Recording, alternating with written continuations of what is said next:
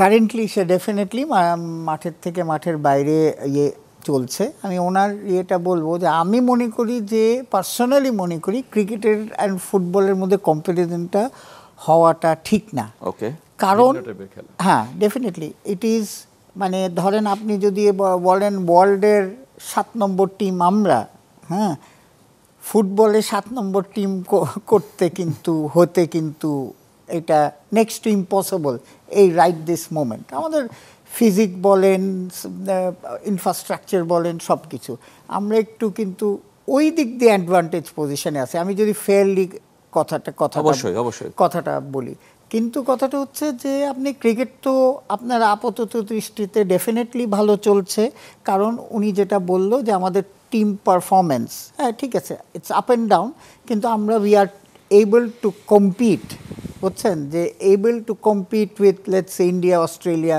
ওইভাবে। এখন হয়তো 10টা ম্যাচ খেললে আমরা 2টো জিতবো। আপনি কিন্তু এটা যদি এই সেম জিনিসটা আপনি ফুটবলের কাছে চান যে ব্রাজিলের সাথে বাংলাদেশ খেললে 10টা ম্যাচে 2টা, দিস ইজ আনফেয়ার টু আমাদের কলিগ, আনফেয়ার এক্সপেকটেশন।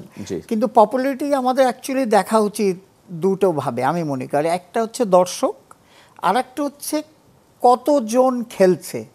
আমি এই খেলার বিষয় আমি ফুটবলকে আগিয়ে রাখবো। আপনি যেখানে যাবেন, দুনিয়া কেন বাংলাদেশের যেখানেই যাবেন, হ্যাঁ ক্রিকেটটা আমরা অনেক দূর এগিয়েছি, হ্যাঁ চরে খেলা হচ্ছে, নানান জায়গায় খেলা হচ্ছে, কিন্তু ফুটবলটা তো সারা বাংলাদেশের সবাই আমি যে কোনো আমাদের এইখানে যারা আছে তাদের জিজ্ঞেস করে দেখেন কে একবার না ফুটবলে লাথি মারে নাই।